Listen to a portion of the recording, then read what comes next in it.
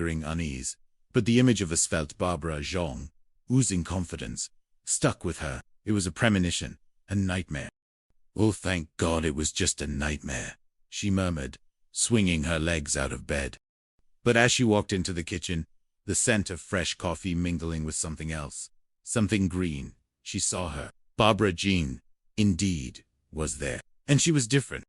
"Yoo-hoo, I'm here, and I'm thin," Barbara Jean chirped, striking a pose by the blender, a vibrant green concoction swirling within. Reba's shoulders slumped, and the nightmare continues. Chapter 1. The Ghost of Pancakes Past. Reba Hart lived a life that was, by all accounts, a masterclass in controlled chaos. As a single mom, she navigated the tumultuous waters of raising 3 children, managing a household that frequently resembled a war zone, and maintaining a fragile truce with her ex-husband, Brock, and his new wife, Barbara Jean. Her roots, as she often mused, were planted firmly in the past. A past where pancakes were a breakfast staple, and the biggest drama was usually over who got the last biscuit. Yet, her life was changing fast, evolving whether she wanted it to or not. Who she was, at her core, was who she wanted to be. A survivor. A woman with gentle hands and the heart of a fighter, who worked hard, loved her kids, and never stopped. This particular morning, however, felt less like a fight and more like a surrender. The blender whirred with an almost aggressive cheerfulness, a sound that had become the new soundtrack to their mornings. "Hey, Mom, you making some pancakes?" Ben asked, his hopeful voice cutting through the mechanical hum. He shuffled into the kitchen, his eyes still heavy with sleep, drawn by the promise of golden brown goodness. Reba turned from the blender, a strained smile on her face. "No, honey. I'm making everyone a power smoothie." She gestured to the virgin liquid, which looked suspiciously like pond water. "And this afternoon, I'm taking a power walk." Ben's hopeful expression crumpled into a grimace. Power smoothie. Power walk. Van, ever the cynic when it came to anything resembling effort, sauntered in, yawning widely. "Don't forget your power cane, Mom." Reba shot him a withering look. "Van, that is not nice. If Mom does aerobics, she could shatter her hip," Van continued, undeterred, leaning against the counter. Reba's smile vanished, replaced by a steely glint in her eyes. "And yet, in the blink of an eye, I can make you both homeless." The boys instantly straightened up, their faces pulling. The threat, though delivered with a calm, almost sweet tone, was very real. Reba had a way of cutting through nonsense, a skill honed by years of dealing with teenagers and a perpetually optimistic ex. Just then, the front door swung open again, and Barbara Jean burst in, radiating an almost blinding energy. She wore brightly colored workout gear that seemed to hum with new, and her usually ample frame was noticeably, startlingly, thinner. Her hair was pulled back in a sleek ponytail, revealing sharp cheekbones that Reba hadn't noticed before. "Hey, everybody, I'm here, and I'm—" "Oh, shut up and have a donut," Reba interrupted, pushing a plate of the offending pastries towards her. The donuts, a peace offering from the previous night's pizza incident, seemed to mock Barbara Jean's newfound zeal. Barbara Jean paused, her smile faltering for a fraction of a second, then quickly recovering. She eyed the donut with a mixture of longing and disdain, a tiny internal battle playing out on her expressive face. "Oh, Reba, you're not still trying to lose weight by drinking those power smoothies, are you?" she asked, her voice dripping with well-meaning superiority. "Jordan, my trainer, says that those are loaded with hidden carbs." Reba's jaw tightened. Jordan, the name had become a recurring, almost mythical figure in Barbara Jean's new narrative. He was the architect of this transformation, the guru of her new gospel of health. "Barbara Jean," Reba began, her voice dangerously calm, "I am all for adopting a healthier lifestyle, but seriously, I mean, there has to be some sort of—" She stopped, her gaze drifting past Barbara Jean to where Van and Ben stood, frozen in place, their eyes wide, staring, not at Reba, not at the donuts, but at Barbara Jean. "Will you stop staring at her?" Reba snapped, feeling a familiar prickle of irritation, mixed with something else, something she couldn't quite name. Van, startled, finally, tore his eyes away. "What? We've been staring at her for like the past 2 hours."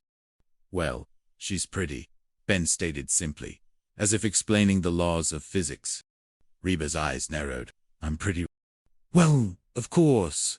You are, Mom, Van quickly added, sensing the dangerous shift in the atmosphere. You've always been pretty. The words hung in the air, a subtle but significant distinction. New pretty.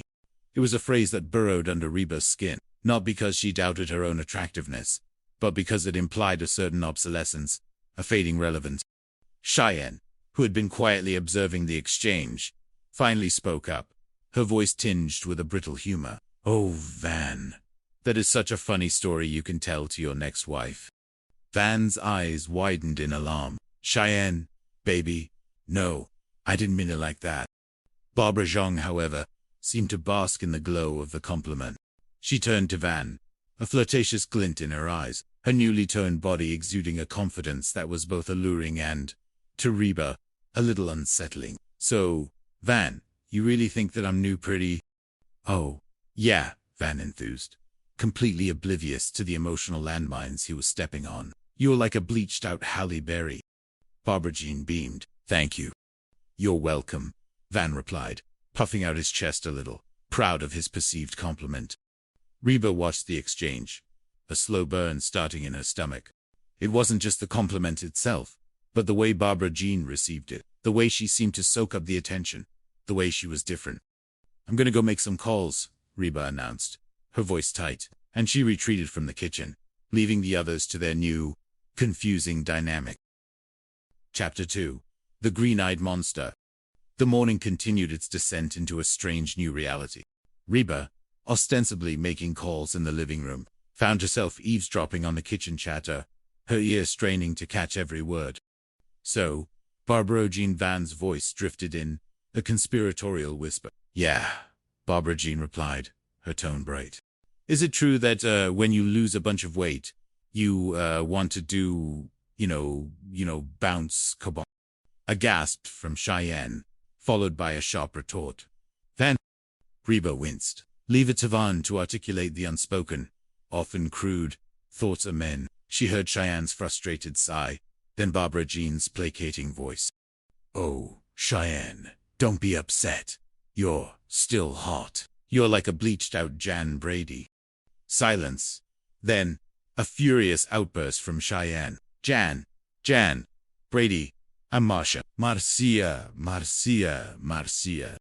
Reba couldn't help but crack a small smile. Some things, at least, remained constant. Cheyenne's enduring desire to be the superior Brady's sister. But the undercurrent of insecurity, the need to be seen as hot, was new. A direct ripple effect of Barbara Jean's transformation. Barbara Jean, ever the enthusiastic evangelist for her new lifestyle, pressed on. So, Reba, I got an idea. You should come down to the gym and meet Jordan, my trainer. Seriously, he will change your life. I mean, he is so much more than a personal trainer. He taught me how to work out and eat right. We go over the clothes I'm gonna wear, the movies I'm gonna see. Reba, who had re-entered the kitchen, raised an eyebrow, stirring her fruit gravy smoothie with a wooden spoon. Whoa, the movies you're gonna see. What's that got to do with you getting in shape? Barbara Jean waved a dismissive hand. Oh, nothing. We just have the same sense of humor. That Tim Allen just kills us. I mean, whether he's playing a dog or a Santa Claus, you just buy it. She paused, her eyes sparkling. So, you'll come meet Jordan? Reba took a slow sip of her smoothie, the bland sweetness doing little to soothe her growing irritation. Ooh, come on, Reba, Barbara Jean pleaded, a pout forming on her lips. I want my best girlfriend to meet my best boyfriend.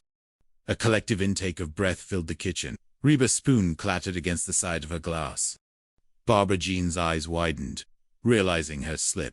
Oh, whoops, that came out wrong. Reba forced a tight smile. Well, thanks anyway, but I'm just gonna be here with my smoothie. Delicious. Just like fruit gravy. She finished the sentence with a saccharine sweetness that belied the churning in her stomach. Boyfriend. She knew Barbara Jean was excitable, prone to exaggeration, but that word had landed with an unexpected thud. Just then, Brock Reba's ex-husband, and Barbara Jean's current husband, walked in. He looked tired, his usually jovial face etched with a subtle worry. His eyes immediately sought out Barbara Jean, a possessive glint in them. Oh, hey, Barbara Jean, here you are. He walked over,